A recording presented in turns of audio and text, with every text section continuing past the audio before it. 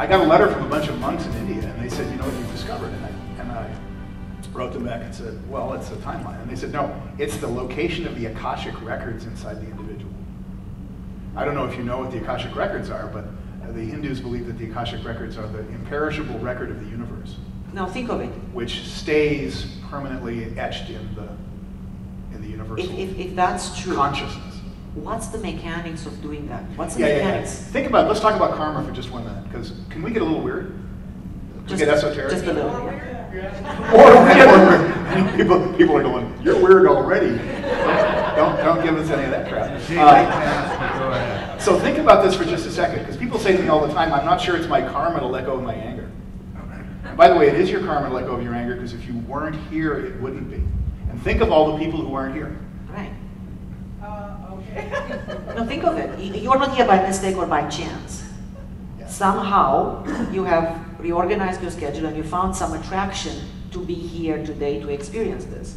Now let's say... We don't believe these things happen by chance, by the way. We just don't believe in that, you know, just a chance, random. Yeah, so what is karma? The karma is a Sanskrit word, actually, which comes from the Indians, East Indians. And it means action. Karma means action.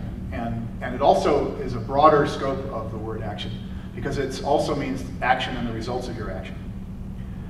So karma, people say, oh, I have bad karma, I have good karma. Who's in charge of your karma? I don't know if you ever thought of this for a moment.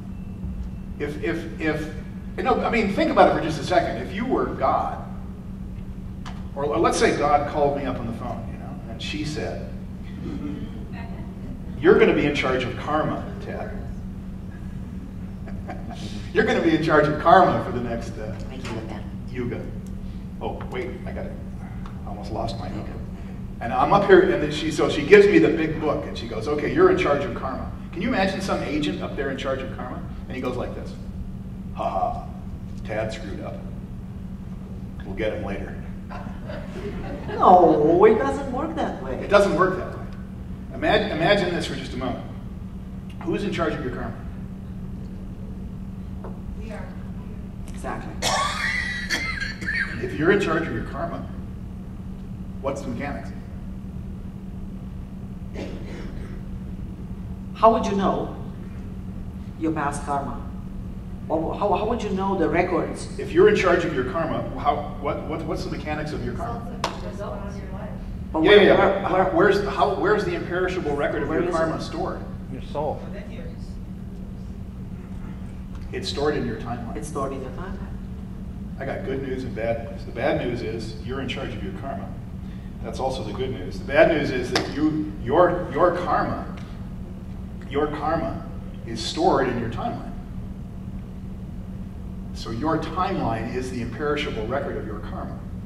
This is where you find your past karma. This is where you can go and change it.